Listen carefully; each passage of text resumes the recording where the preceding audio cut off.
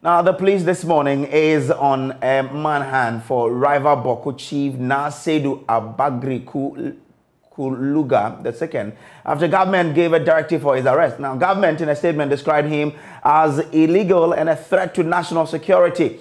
The retired educationist was installed yesterday as the new chief of the Bawku traditional area. The new chief, Nasidu Abagri Kuluga II, installation at Nalerigu was conducted amidst a heavy security presence, an attempt by the Regional Security Council to stop it from taking place. Here is a recap of the installation process captured by Sutanko. The enskinment was done Thursday morning by the king of the Mamprugu traditional area, of which Bawku is said to be part, now Bawku Abdullahi Mahamud Sheriga, together with his royal court members. It started with the arrival of the families and sympathizers of the 4 Mamprugu gate in Bawku. Soon, scores of people in around Nalerigu began to gather at the palace to witness the historic enskinment of a Bawku Naba by a Mamprugu overlord after nearly 40 years. However, while the processes were ongoing, members of the Northeast Regional Security Council, led by the Regional Minister Yidana Zakari, arrived at the palace in the company of heavily armed security forces. The presence of the Regional Minister briefly halted the process as the crowd erupted in opposition against his presence and demanded that he leave the place. After a brief opposition from the crowd, Mr. Yidana, following the intervention of the palace elders, was allowed to engage the overlord in a short private conversation. Whilst on his way out after the meeting with the overlord, the crowd began to hoot at him and his delegation. A palace elder later told Joy News that the minister had come to accompany the overlord to Accra upon the invitation of President Nana Akufo-Addo. The elder added that the overlord turned down the invitation and told the minister it was too late to stop the enskinment. The enskinment processes then resumed and soon ended with the announcement of Nasidu Abagari with a chieftaincy titled Na Akuluga II as the new chief of the Bawku Paramount Skin. Speaking to Joy News, some of the residents believe this enskinment would ensure the return of peace in Bawku. The ban has never solved any problem. Bans have killed many people. We have seen many deaths, we have seen many maiming, we have seen many properties and lives destroyed. It has to stop. The youth, I am a young man and I feel very bad. Every time I see pictures of Mr. youth being killed, as somebody who is a parent, I feel very much aggrieved. I am not happy. There is nothing like a Supreme Court ruling. So indeed, what the Nigeria has done today is the best thing to do. Indeed, this is a stepping stone to a resolution of the conflict or crisis in Bawku. I would want to entreat politicians to respect the chieftaincy institution. So the government should rather pay attention or concentrate on how to ensure that lives and property are not lost there. But as for taking the chief home, in fact, the chief will soon be home. There is nobody on earth that will be able to stop the legitimate Bawku Naba from getting to Bawku. I expect everything to return to normal as usual.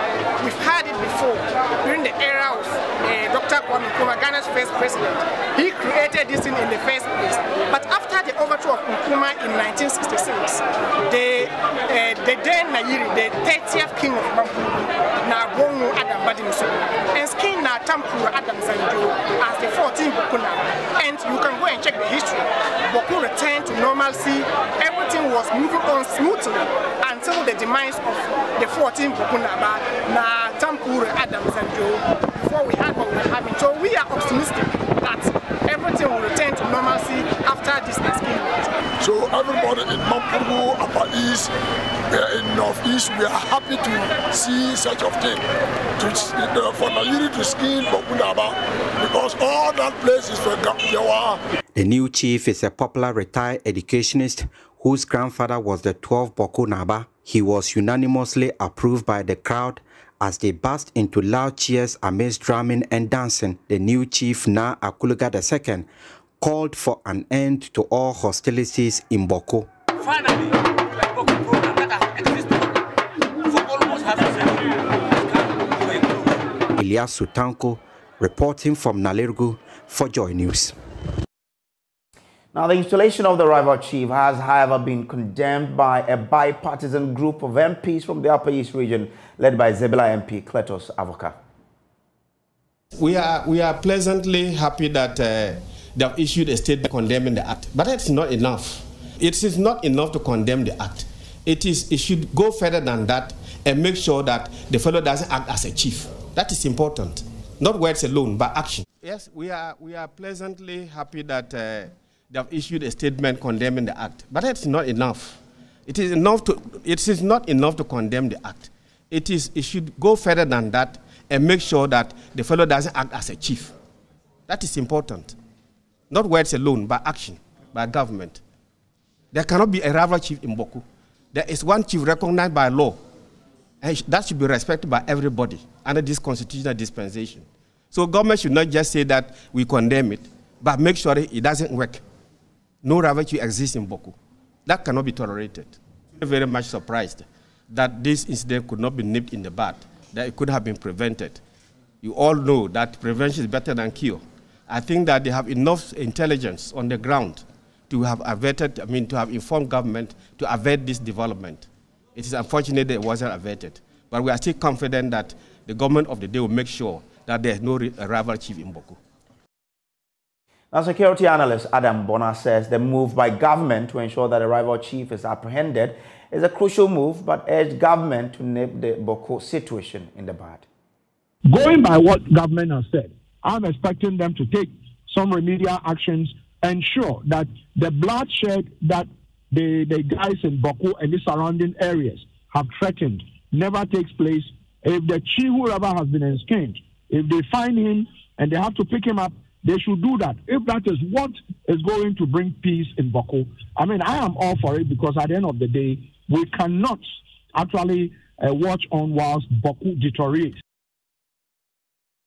Another security analyst, retired Colonel Festus Abuaji, says the country should expect more violence in Bawku following the enskinment of Bawku Chief by the Mamprisi.